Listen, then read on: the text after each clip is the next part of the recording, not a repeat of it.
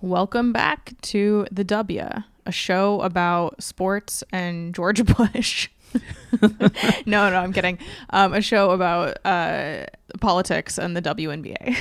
But also George Bush. I gotta hit you with my, just off the bat. Already another example of George Bush's world-class athletic prowess. Are you ready? I don't know. This is I have greatest no hit. idea what you're about to show me. This, so we'll see. I mean, I can't believe we forgot about this. Pull it up. Boom. My man right there. Remember when Bush fell off the Segway? Oh, I do. Yeah. That's when Segways were like new. Yeah, it was like the poppin' thing. Oh. I think it was June 12th, 2003. That's at least what some of the articles around it says. He lands really nicely though. He doesn't fully he doesn't fully face plant. It doesn't look like. I mean, I don't know. These are only like stills. You know, so who knows? We don't get the video like we did of Biden falling off his bicycle a couple years ago. Think about how much has changed in the internet. Like this was hot in 2003. Still photos of a man falling off a Segway, and you can kind of see it. It's the third photo in the sequence that was like the really famous one. that was it. That was the internet. Really something. Now, how quickly are we going to run out of examples of George Bush being athletic? Oh, never. Like the man has so many. He's interacting with sports so much. It's insane, actually. It's quite weird. And the arts, as we all know now. You know. Anyway, I think we've given him enough time. So moving on, it is the beginning of the WNBA season this weekend. Yes. Game started last night. Yes. Officially, we watched some of the Lynx versus the Wings. The other game was the Sparks versus Valkyrie. Yep. Right now, as we speak, the Liberty is playing the Aces. Yes. Last I saw it was in the third quarter. Aces were down by 10. Yes. So what else has been going on? So just to recap because you will get your sports trivia in this program. Very briefly. Very briefly. We will do the bare minimum to say what happened. Frankly, this is a sports podcast for people who don't like sports, despite the fact that we do. So here we go. The Lynx beat the Wings 99-84. I was about to be like, yeah, but actually, no, I'm a Wings fan now. You're a Wings fan now? I'm a Wings fan. So. And wait. Let's test your gangster here. Who were the Lynx? I mean, not the Lynx. Who were the Wings previously? What were the names of their former teams? They were in Detroit, right? Yes. Detroit what? I don't know. Shock. Oh, yeah, I wouldn't have guessed that. And then they went to Tulsa. Oh. And they were also the Tulsa Shock. That's kind of a cool name in Tulsa. And then they moved to Dallas, and they're the Dallas Wings now. This is a whole other thing. I don't really understand teams moving around, but that's a question for another day. Yeah, we need to get into the economics of like, what the hell is up with these arenas and stuff. Yeah. Yeah. How do they make money? Whatever. Anyway. So that happened. That was one game. Mm-hmm. Nafisa Collier, who that's my favorite player in the league. I mean, she's great. In the W these days. She had 34 points. They were down in the first quarter. Good. Yeah, they were. They had to really be like, why are we messing around? Which we mostly watched the first quarter, and I was like, ooh, yeah, the Wings are keeping up. What's up? This is good. But most of their run was when Paige Beckers wasn't even on the court. Yeah. So this is a Paige I think Paige had a great debut. I don't remember the stat line though. Yeah, I don't either. I'm not sure.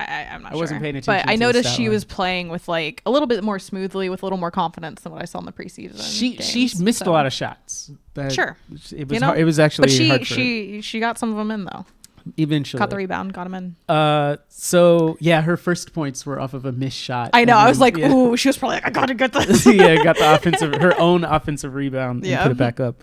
Okay, so then the Sparks and Valkyries. Yes. Now we did not watch this game at all. We didn't, but Kelsey Plum. You did check the box score. 37 points. Yes. With her debut with the Sparks. Yes, because she used to be on the Aces.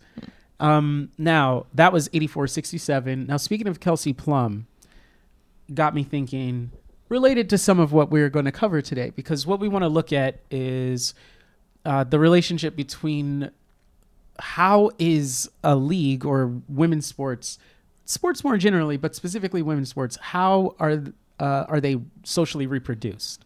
What are the economics of how it works, but also broader than just the transactional element. Yeah, like what's the infrastructure that's required in order, like in the social context and global context that we're in today, that's necessary for women's sports to even exist? What's required of the athletes? What's required of the broader infrastructure of a league? What does a league do and enable?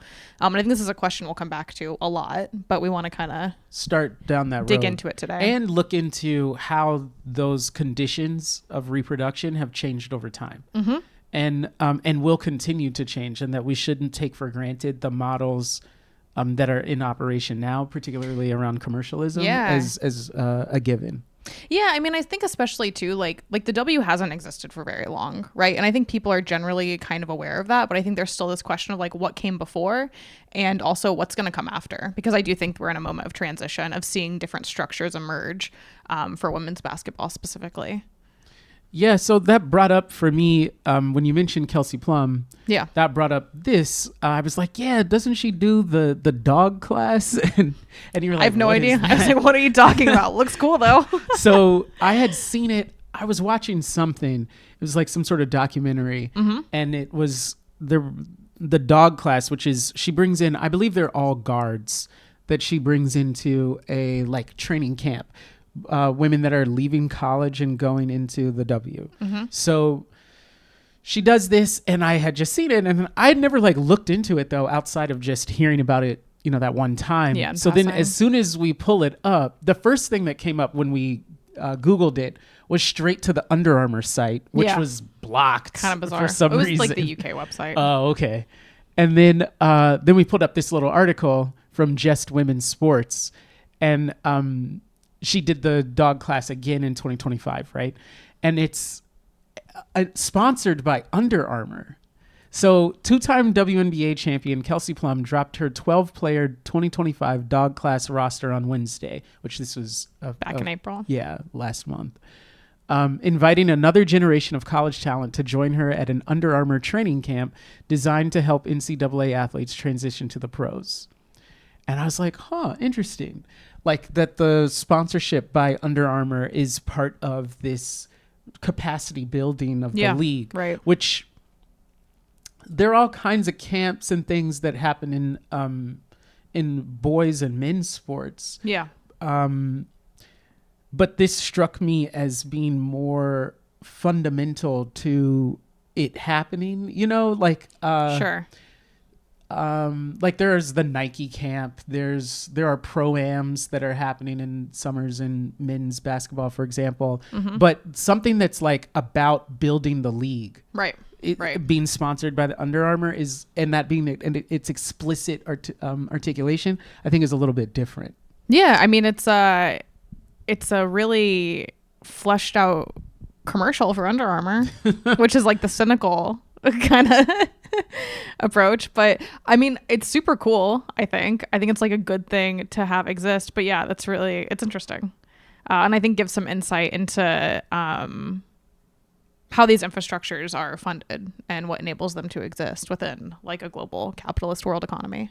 Yeah, so I think that part of why I wanted to bring it up though is because you've been talking a bit about this the history of how the sport is sustained and grown.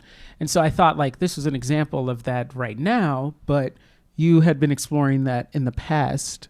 So yeah, I've been really interested, right? In part because the W hasn't existed for that long. Like what existed before that? Because it's not like women just suddenly started playing basketball in, I don't remember what year was the W founded. I want to say 1997. Yeah, it's not like women suddenly started playing basketball in 1997, right? We know that. And so what existed before? What structures existed? How were people and women in particular able to access this sport? And so I got some books. I've been reading. The first one I've been reading is called Rare Gems, How 4 Generations of Women Helped Pave the Way for the WNBA by Howard Megdal. It's great. And it gives sort of this history of the different generations of women who came before the WNBA and kind of tells this story of how they kind of persevered and were able to play ball, right, in this context. And so one of the stories that really stuck with me as we've been talking about this question of like infrastructure was the story of Pep Newman, who is a Minnesota native, who graduated from high school in 1962. So, right, pre-Title IX. Tell us what Title IX is again. Remind us. You don't know? I mean, like, I know what it does, right? So Okay, an equal number of like women's athletic teams and men's athletic teams have to exist. It's on about college campuses. It's about dealing with sex discrimination. Yeah, and ensuring that women have access to. So one sports. of the manifestations of it has to do with equal opportunity for men and women. We mentioned it in the last show where sports like basketball, soccer that had larger teams, right? They emphasized them so that they could have more scholarships given out to women to match the scholarships of that are given out to men. And so initially that was a big deal. So prior to so I Title mean, IX. right, even speaking though of infrastructure, right, Title IX being introduced radically changed the landscape of sports across the United States. And so that's like another kind of moment where you can look at the before and after of like these different structures fundamentally shaping sports. But so she graduates in 1962. She wants to keep playing basketball, and so she goes and joins the Texas Cowgirls, which were a women's barnstorming team, which is kind of how people were able to informally, well, it's not informally, they were professional teams, but it's how like women and also black people were able to play sports at this time period who were pushed out of professional athletics. But even before that, there were all kinds of leagues that were barnstorming teams. Yeah. That's so what I'm saying, across different sports. Yeah, and it was even for like white men, so people up and through the like 70s, even 60s, people had full-time jobs and played. Well, right. Yeah. Oh, yeah. So I mean men, like not just the women. Yes. Well, that's what I was about to say, right? So she joins the Texas Cowgirls, which is one of these barnstorming teams. If you don't know what that means, right? They're traveling teams that travel around to towns. They play exhibitions, oftentimes either against other barnstorming teams or against teams that like the local town has put together to play. So, so the Texas Cowgirls is one of them, and they're primarily playing men. Like there's some other women's barnstorming teams, but they're mostly playing men. They're playing according to men's rules. They're using the men's ball, right? And so like that's what they're doing. They're also like crushing it, which I'll get into here in a minute. But so she plays for the Texas Cowgirls for a while, and I'll say based on what I've been reading, the playing conditions were not optimal, meaning they're playing a ton of games, which that continued, but they're also there were basically, it seems like no regulations or really limited regulations around play. So they're also traveling incredibly long distances in between games. They're exhausted. There's like all these kind of questions around pay and these sorts of things. And so Pep is basically like, starting to get the idea that if she owned her own team and ran her own team, that she might be able to like create something a little bit more sustainable. And so her and 4 other players then go and buy the Arkansas Shooting Stars. And so they're doing everything themselves with the exception of booking. And their booking agent tells them that they need a sexier name. They need one that's more feminine. And so they became something like the Arkansas Lassies or something like that, right? Which was annoying, but whatever. So... Which, by the way, we'll return to this. That's actually perfect because I want to talk about the spectator sport as pornographic and porn as a spectator sport. Right, like right. And even seeing how in the name it's like explicitly sexualized. Also, like, look at these outfits, right, that the Texas Cowgirls were wearing. They're like, they're like playful and costumey, but it's like, it's entertainment, right? Explicitly. Which that is okay. Like that is what sports are today. Yes. Do. But like it's aesthetically captured here in a different way, though, I think. Yeah, and I think because of the nature of barnstorming, you are an entertainer in a far more straightforward fashion than the way that leagues are thought of as in terms of professional athletics now. And I think like that's interesting to check which men's teams were like that, like treated as a serious endeavor where records had to be kept and all of that, right? And which ones were just purely like, oh, I'm taking the family down for a little hot dog and that kind of thing. And I mentioned that before in our last episode about how statistics get compiled, especially in baseball. they're taking a lot of barnstorming kinds of stats.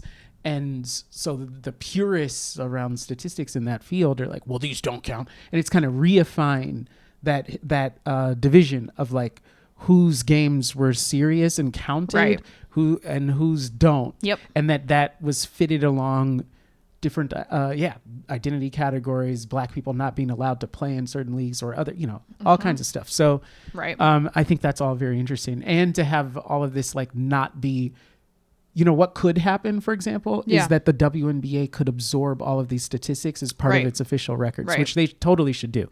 The WNBA should take all of these barnstorming statistics and absorb them as the official stats because, and you know why I'm motivated for this.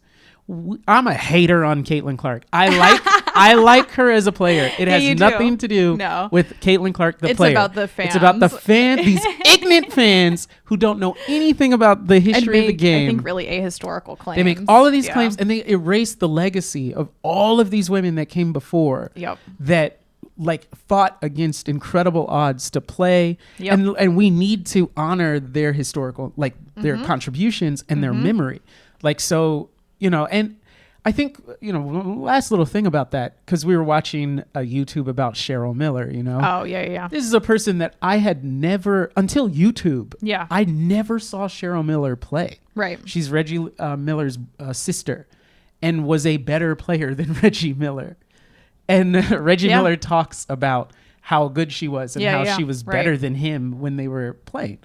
And that the way he shoots the ball. So the way Reggie Miller shoots the ball, his hands clap together. The reason is because he was trying to figure out a way to shoot over Cheryl because she kept packing his shot. Right. And they're only like, I think a year or two apart. Yeah. Like, it's not like she was like 7 years older than him or something. So anyway, she was amazing. And I heard about her. Right. And she's never played professionally. She never played professionally. She played at USC and she played at high school, obviously. Yep. But I heard about how great she was and her believed stats are wild. And I believed it, right? It was important to shaping like who was great at basketball when I was a little kid.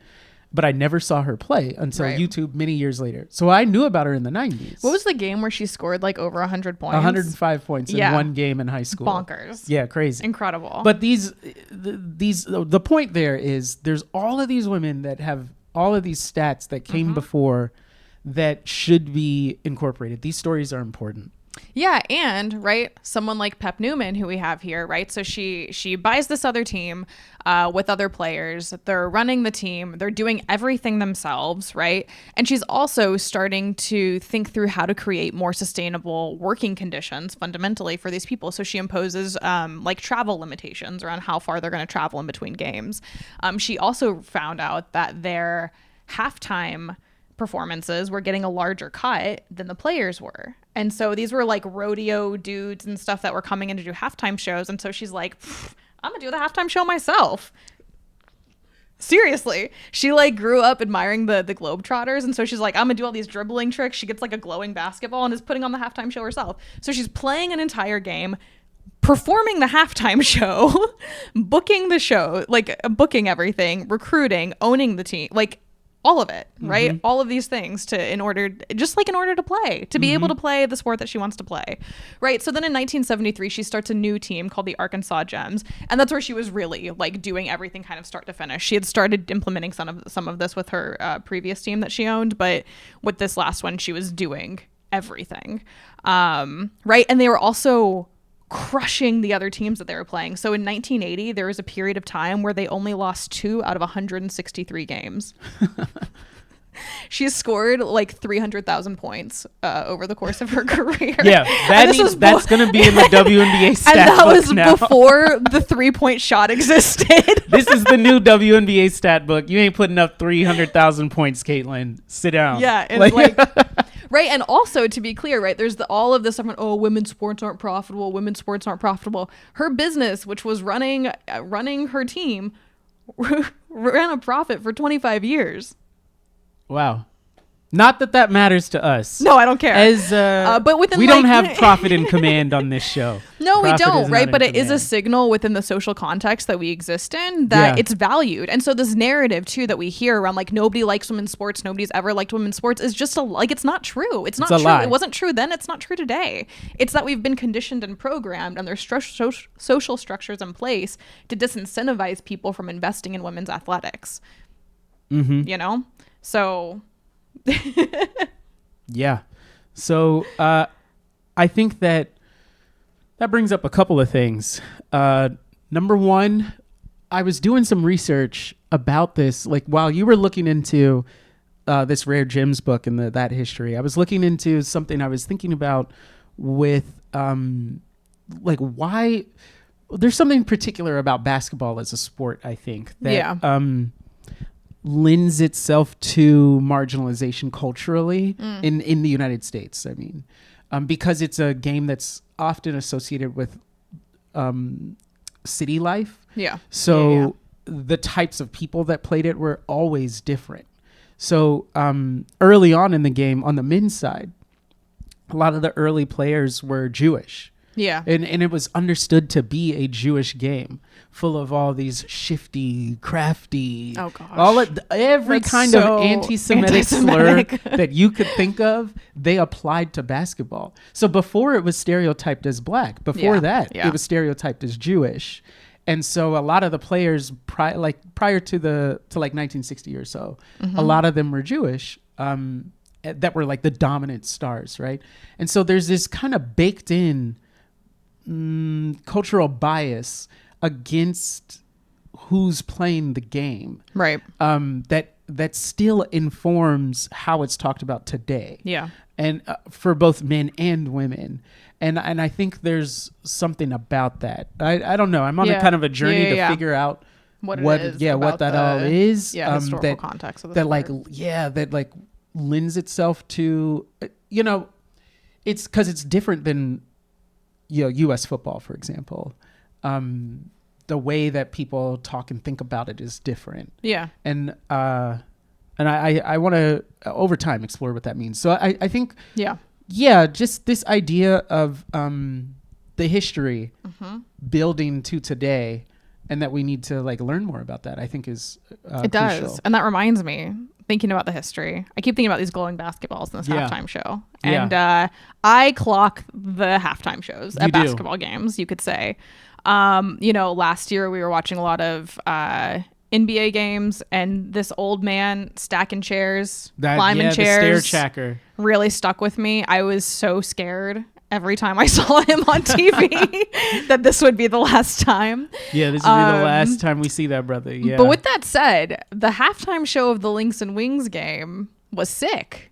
There was a painter. Yeah, here we go. Live painting during the halftime show last night. And I think this is awesome.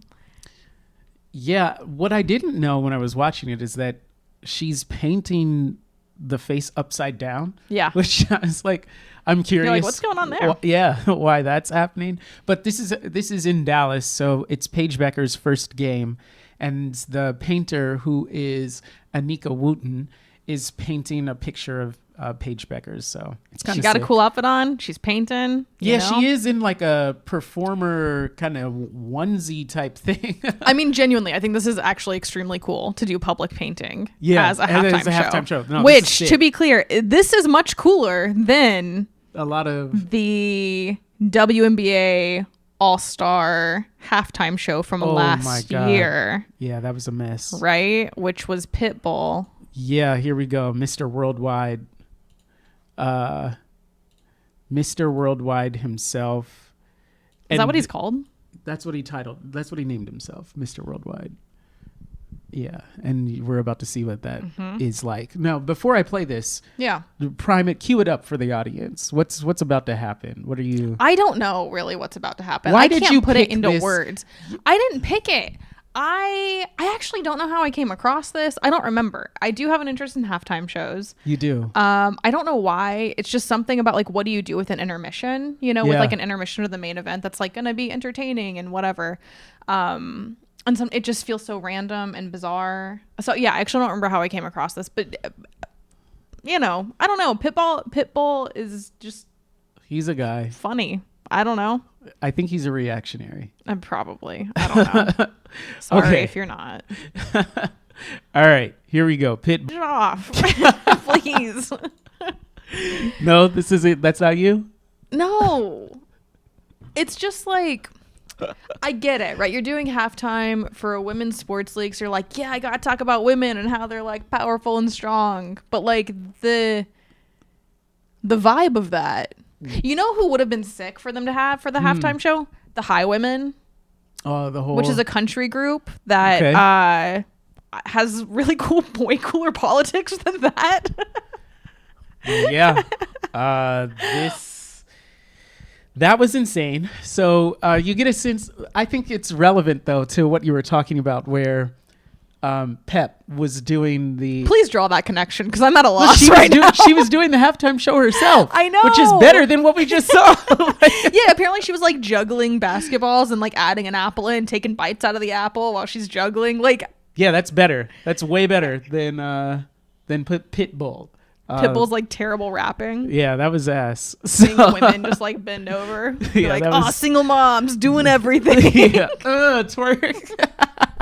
That was. I don't hate know. it. I don't know who gave the. I green don't even light have for a good that. analysis. I No, just there hate is no it. analysis of that. There's just like that happened. So one of the things, though, to bring it back, just Yeah, this is Earth. off the rails. This is totally off the bring rails. us back down to earth. One of the things that I found really interesting, in reading about the history of women's athletics, and why Pep's story stuck with me so much, is that she was doing so much beyond just like what we think about as being an athlete, which is about like the embodiment of a sport, right? The physical performance. And in fact, she's doing all of these other things. And I think kind of the easy interpretation of that would be like, oh, well, there's a league now, so now women can really just focus on being an athlete and the physicality of it. But I still don't think that's true, actually, of any athlete in the United States, at least, right? They're doing all sorts of other things outside of just playing their sport in order to make their career viable. Yeah, and I think that brings us to our focus, which is on the social reproduction of. What does it take to do this? Yeah. What is required of you? And so then the discussion around pay gap and all of that, to me, which I think focuses a lot on the exchange value. Yeah. Meaning which- what? Can you define what that means? So Or, in like, this describe it a little context, bit? they're talking about the value in the market that's ascribed to the broadcasting of this sport. So it's actually not the sport itself. It's not the athletic performance. It's the broadcasting of it that's what's valued. Yeah. Mostly, and that that value is attached to companies paying for advertisements on top of that's why the broadcast has value.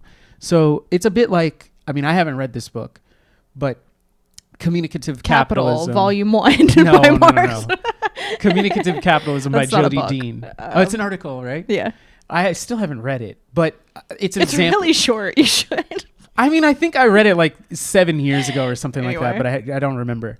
But I think it's an example of how that works, where that's Of how value is found in circulation. yeah, And- that's the yeah. fundamental thing. So what we're talking about, and I think like what's really important in on the question of women's athletics is actually what is the total social reproduction process necessary here, and what should it be, and Yeah. what is it, and Which I think is those are also two different part things. part of what we're hoping to kind of lay the foundation for here, right? To offer an analysis with the goal of imagining how else could athletics look Yeah. socially, like 'Cause- what are the other possibilities, because these structures haven't existed forever and they won't exist forever. Yeah. So I think so. To get a little more concrete about it, the way that the discussion of the pay for in the WNBA specifically, the way that that's structured in public, at least, is around comparing the exchange value of an NBA broadcast or a WNBA broadcast. Yep.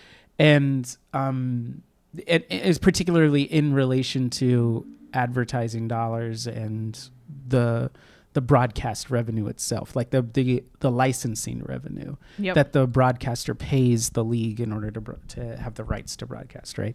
So I think that what's lost there, really lost there, is that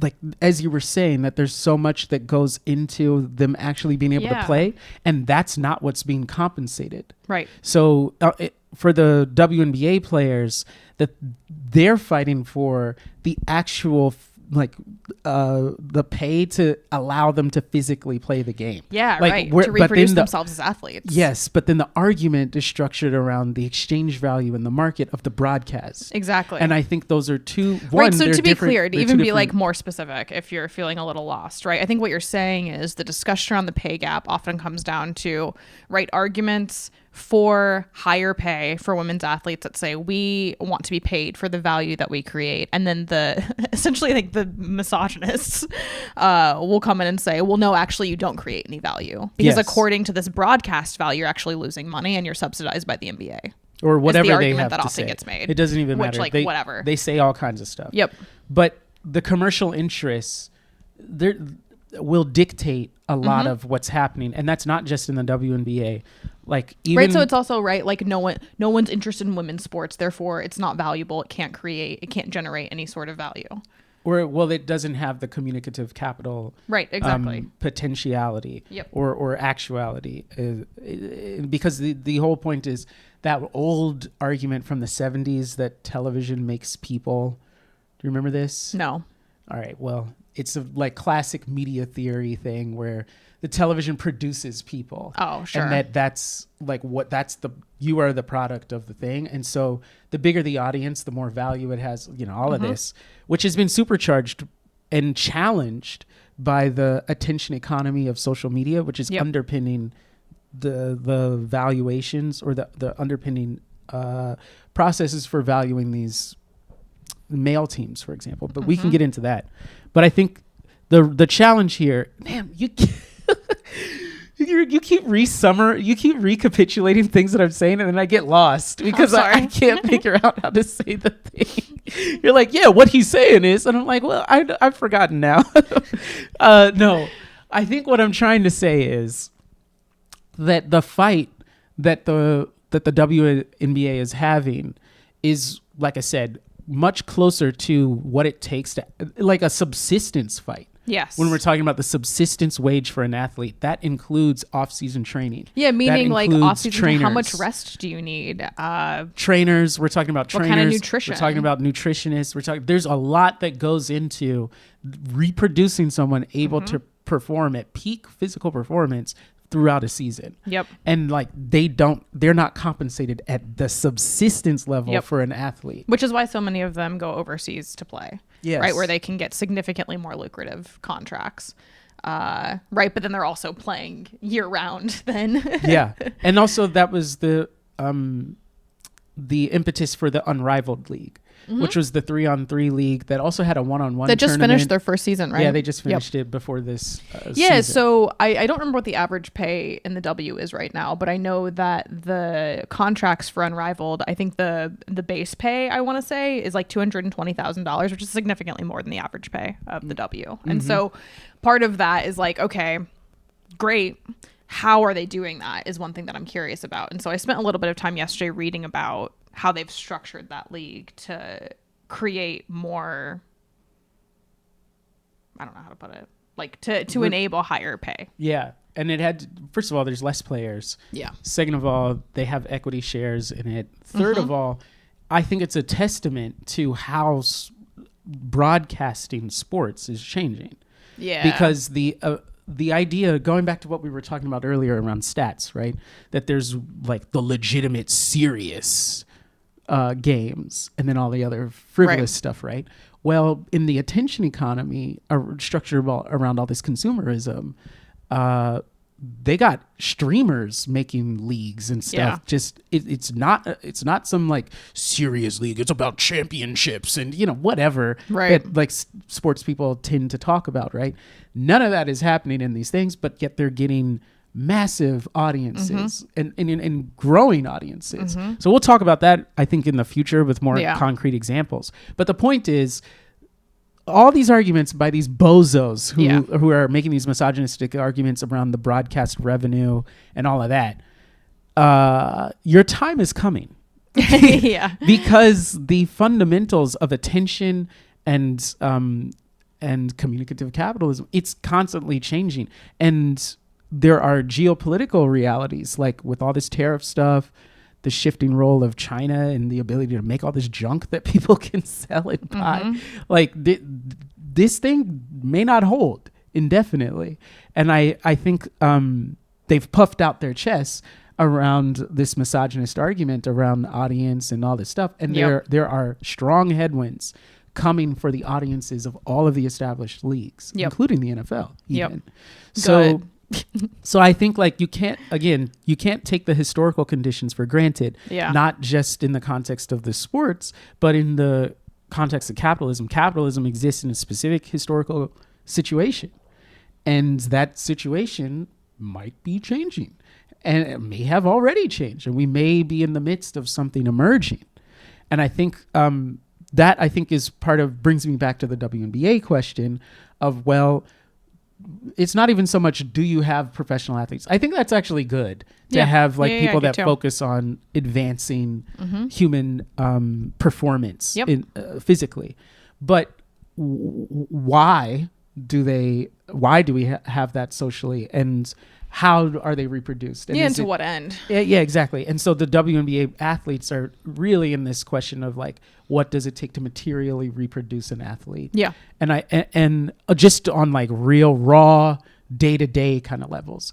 The NBA players have to wrestle with this too, because like you were saying, every athlete has obligations beyond the literal game itself. Right. So in the NBA, they are required to do media engagements. Right. The media votes on player awards like all NBA. Yeah, I didn't know that until you mentioned that to me. And tens of millions of dollars of their contracts are contingent on whether they get all NBA status or all defensive team or whatever.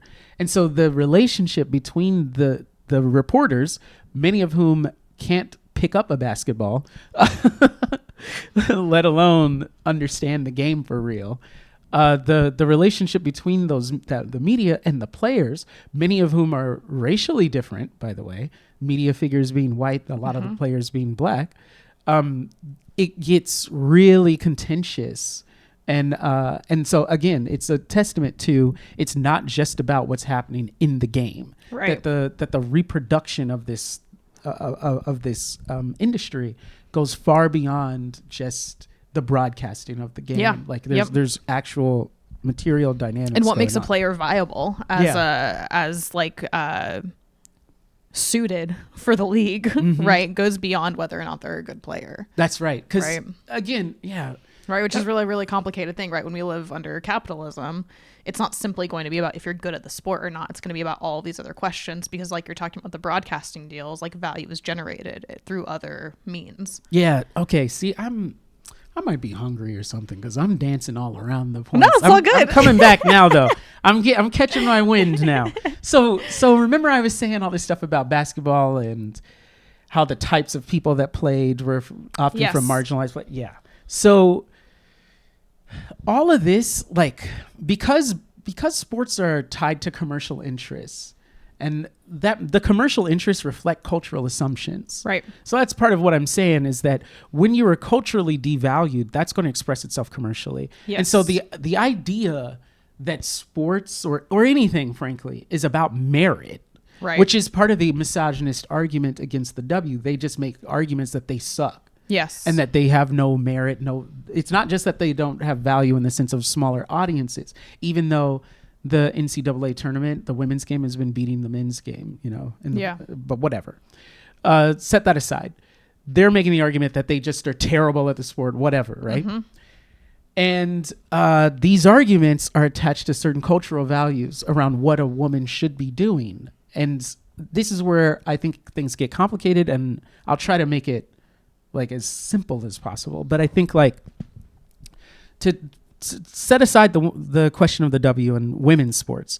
This is real even like in men's sports. Well, yeah. I mean, I think like for me, this really clicked years ago when I learned about all of the kind of discussion and debates around black quarterbacks, which was something I didn't grow up like knowing about football or paying any attention to it. So that was news to me. You explain the black quarterback thing.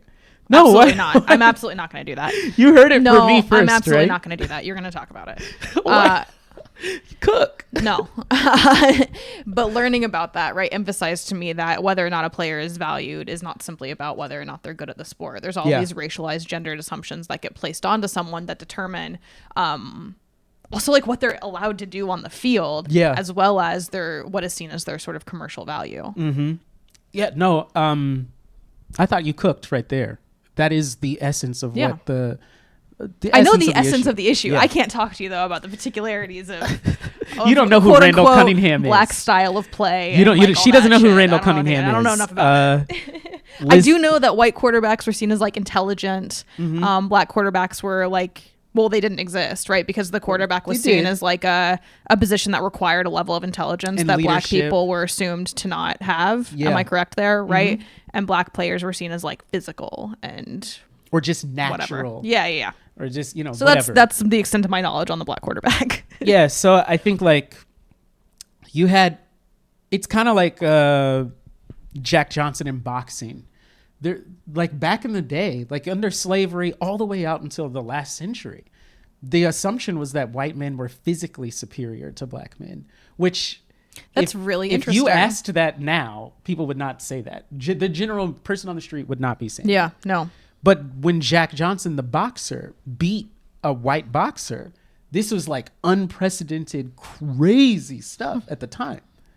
And that forced a reevaluation of how to articulate the superiority of the white man. Yeah. So now physical activity was reflective of... What, do you know when that happened? When Jack Johnson? Yeah. Like 100 years ago. Yeah, that's why I was asking. I was just curious about when. I have no time.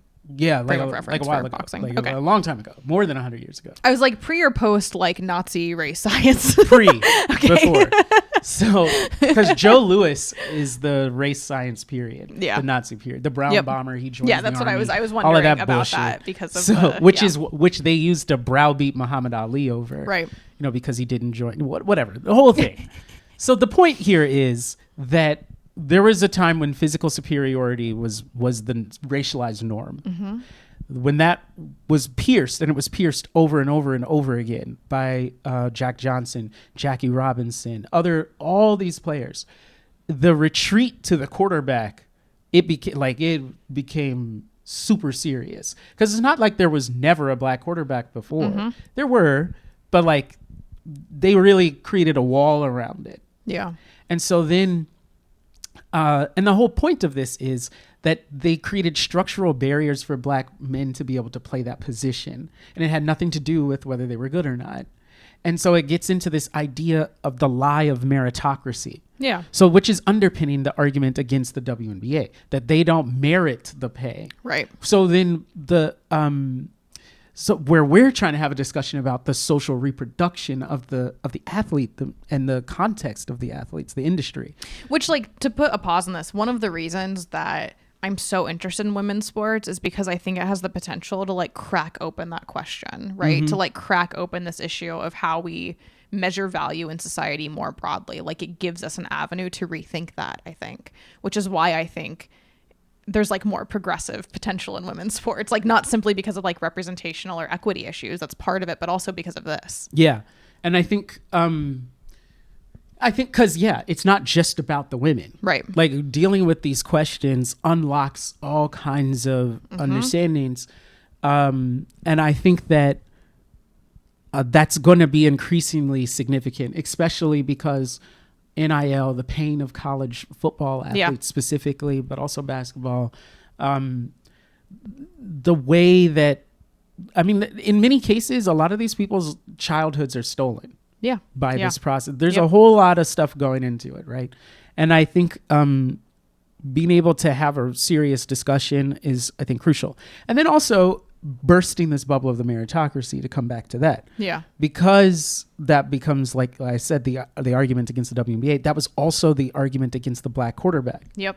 That they don't merit it because they're dumb. Yeah, and who because gets of whatever. straight value, right? Which is also, we've been talking about this mostly in terms of gender and the W being a women's league. But there's also the question of sexuality, which is very pressing in the W, right? The fact that players were forced to be closeted for a long time. Yeah.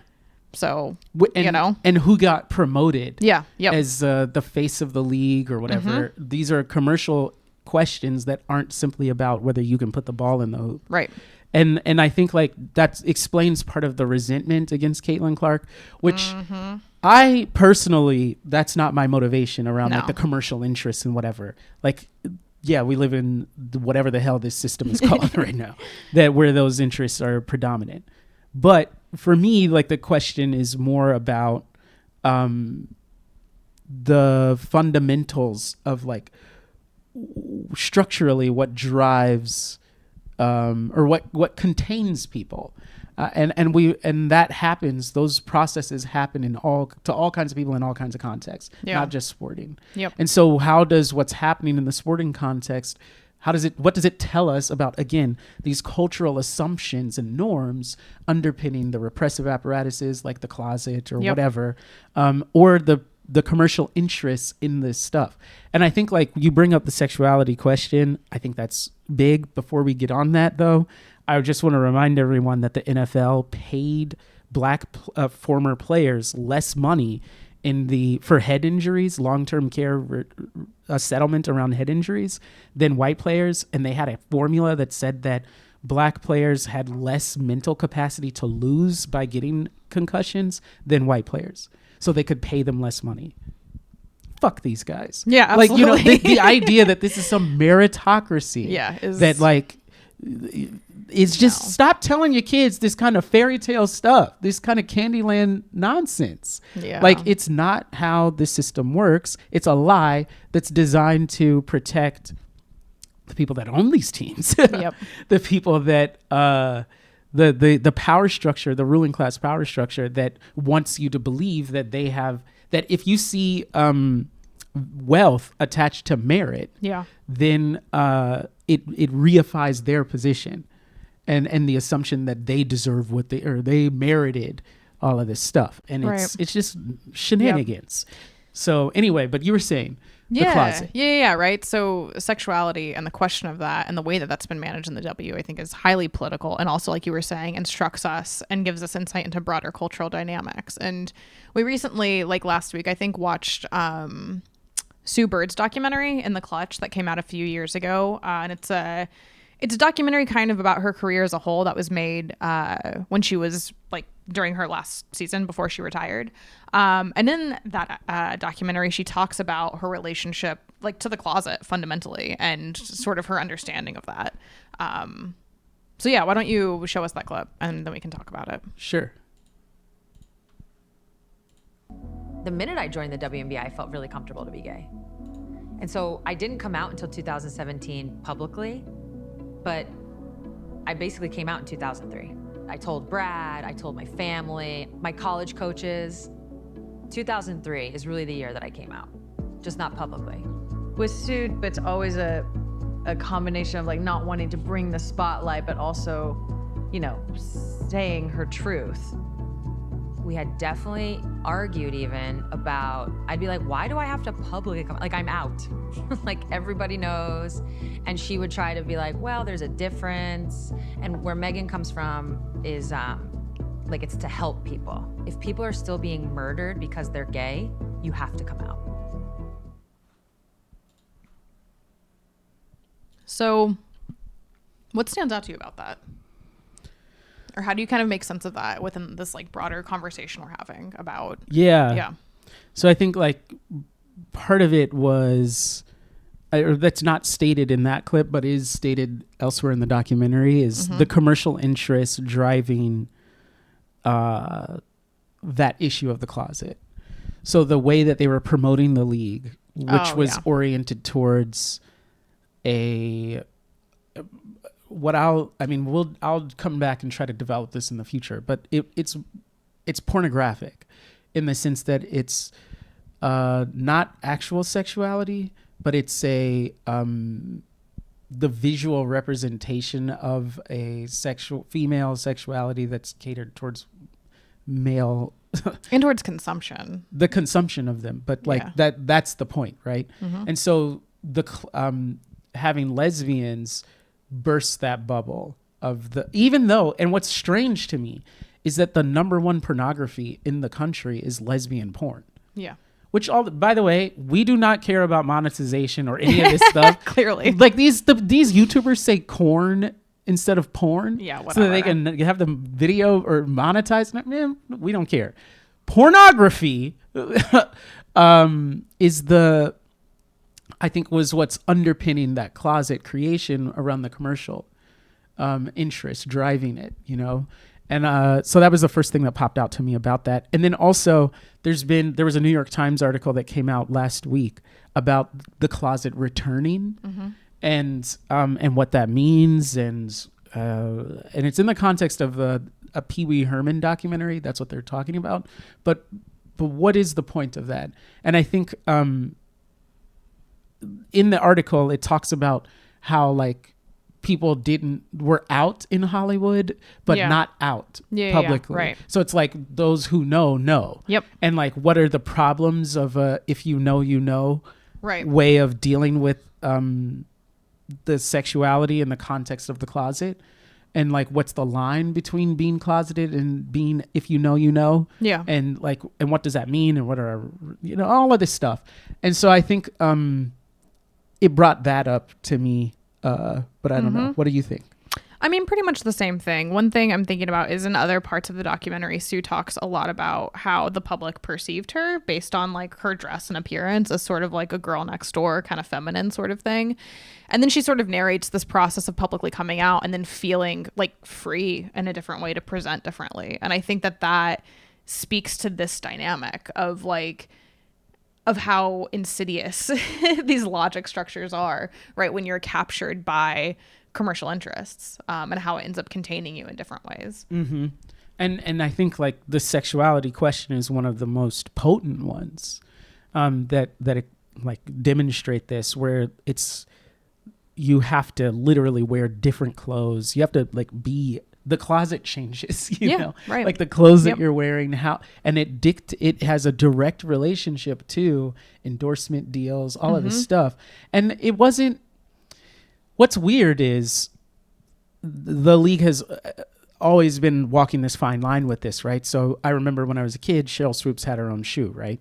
Sheryl Swoopes came out, not at that time, but I think I was in college when Sheryl Swoopes came out as lesbian. And I was like, yo, that's pretty gnarly. Like in terms of years after retirement, and like, would you have gotten the shoe if they did like all of they have all these questions. They have to struggle through all of this type of stuff. Yep. That's dictated by the ability of communicative capitalism specifically. Yeah. It's like, for those who are listening that may not have be catching the drift on this, there's a clip of Kanye. I won't show it because we're on a Kanye embargo. Okay? Yeah. Culturally, there's a Kanye embargo. However, he is a useful figure for his idiocy. Whatever. Tell us what you're going to tell us. So there's a Kanye clip where he's complaining about Lady Gaga and her being the creative director of Polaroid. And he's like, what the fuck does Lady Gaga know about cameras? And that's a famous clip, right? But right before he says that, he's talking about how he had a conversation with some industry leader, whatever, who said, okay, right here you have product, and here you're an entertainer. You are an entertainment. If you can communicate the product, then you've got something. And that's communicative capitalism in a function, at its simplest form. And so he felt creatively boxed in by the expectations or exigencies of communicative capitalism to require him to not create product, but to merely be an avatar to communicate that this product is available in the market and you should buy it. Yeah. But he's like, well, I have more to offer than that. And so like these structures are playing out all over the place on people in public. And I think the W just happens to be a space where it's particularly like potent because it's the fusion of sexuality and race. Yes. So like that's And where gender. that's where the Caitlin Clark thing is such a big deal, is because of the presentation of this person. It's not just that she's white; it's a certain kind of white with regard to gender and And what kind of sexuality. audience that attracts, regardless of her intentions. Yeah, that's you know? correct. Yeah. That's correct. And so, and it kind of goes back to this Jack Johnson thing. They want to see whoever that white boy that Jack Johnson beat up. We don't even know. Fuck him. No, I'm just kidding. He might not have been, he might not have been an asshole, but whatever. They want to see the guy that Jack Johnson beat up. They want to see him win. And I think like that's what's underpinning this groundswell, and that's why it's there's a lot of MAGA stuff with it, and it's some wild shit. So Yeah, lots to unpack. yeah, a lot to unpack there. But I think one last thing I wanted to speak on about that is like it's not just women that this pornographic element is happening to. It's like it's all athletes. It's just gonna play out through different vectors. Yes, I think like it got and me different intensities and all kinds of stuff. I'm hip to it because I was reading one of the texts I really like. I like Catherine McKinnon, and she's a feminist legal scholar. Yes, probably my favorite feminist writer for sure. But there's a well, maybe not. Whatever. Tell us what you're gonna tell us. In the book, there's this. I was kind of looking around to see if she talked about sports at all, right? So, because I couldn't remember. So then I found this little piece, and I thought, it's not exactly what we're talking about, but it's similar. So it's about pornography, right? And she says, pornography is a means through which sexuality is socially constructed, a site of construction, a domain of exercise, right? And then she talks about what that is in the context of women, right? Then she concludes, this sexuality of observation, visual intrusion, and access of entertainment makes sex largely a spectator sport for its participants. That's the function of pornography from the point of view of the viewer, the spectator. Now, it reminded me of how men watch sports.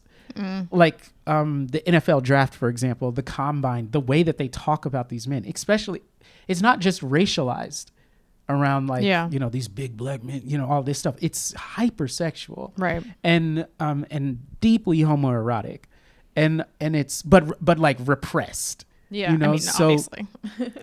So it's and I think so. The reason why I bring that up is the fantasy structures sexually are happening all the time, and there's a libidinal economy at play for sure. Yeah, through sports, because of the emphasis on embodiment, it also creates this other vector through which that can play.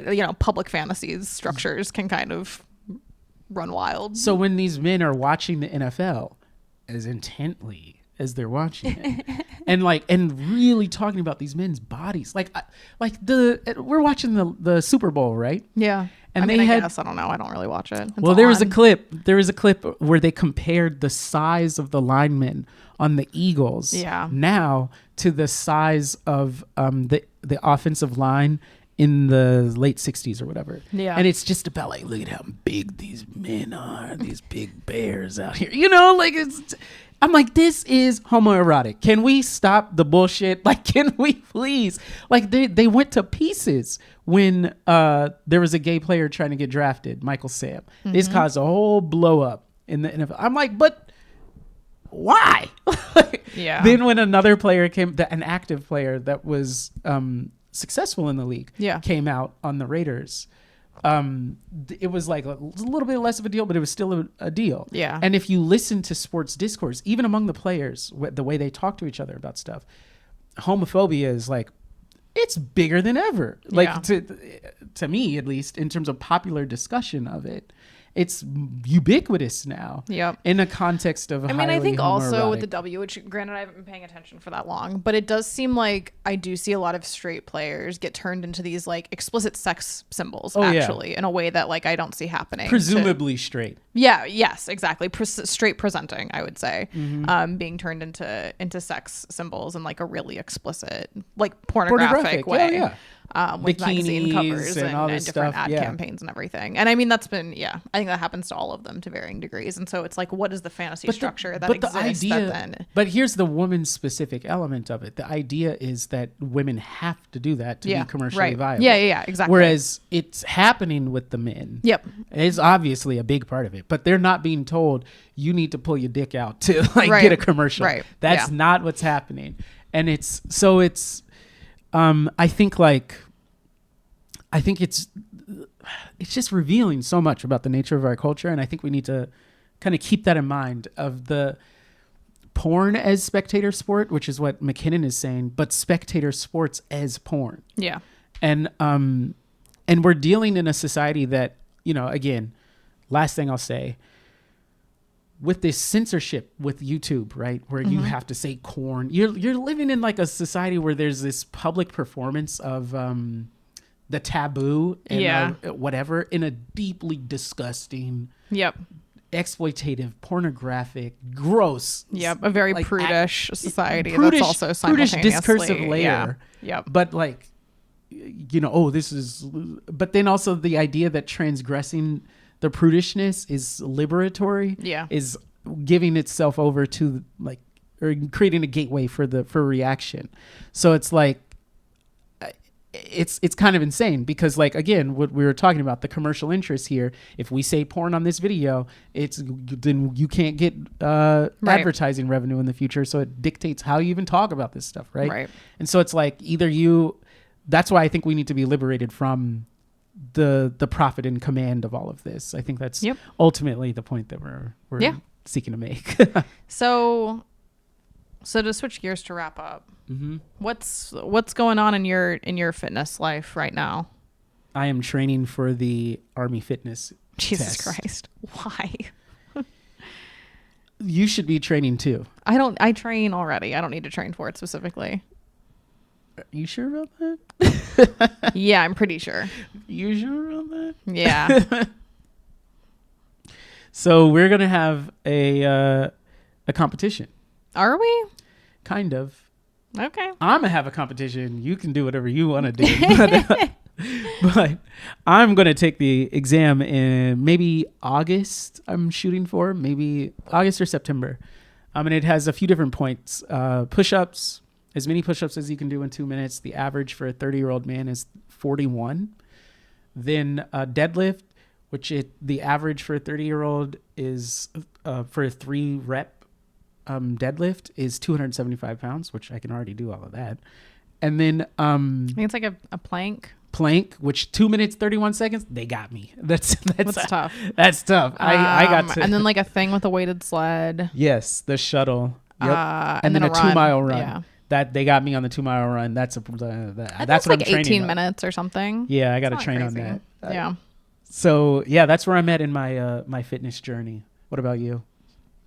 I'm just here, You did do my workout and then die. I didn't die. I was a little sore after. Yeah, you were. I was a little sore. Yeah. For sure. Yeah. The tables have turned because when we first went to the gym, they were like, bro, Kate can beat you in everything. I was like, okay, Yeah, so. you are stronger than me now. But now I'm stronger than you. I am not. I mean, I'm much stronger than you now. But like running, he's much stronger than me now. No, you're Okay. destroying me in endurance. Even if it's a always will. lifting, even if it's a weightlifting endurance thing, you will wipe the floor with me. Yeah, it's going to be the way for a long time because women endurance athletes, their 30s are actually So you're gonna pretty good. Yeah, so. you're gonna keep wiping the floor with me. Yep. That's fine. Yep. I accept it. That's cool. Anyway. That's why my real target is the Army fitness test, because I can't compete with you actually. So let me compete with the soldiers. I could beat a soldier. I don't think I can beat you. So That's yeah. hilarious. Anyway, All right. I think that about does it. all right. Yeah, this has been the W.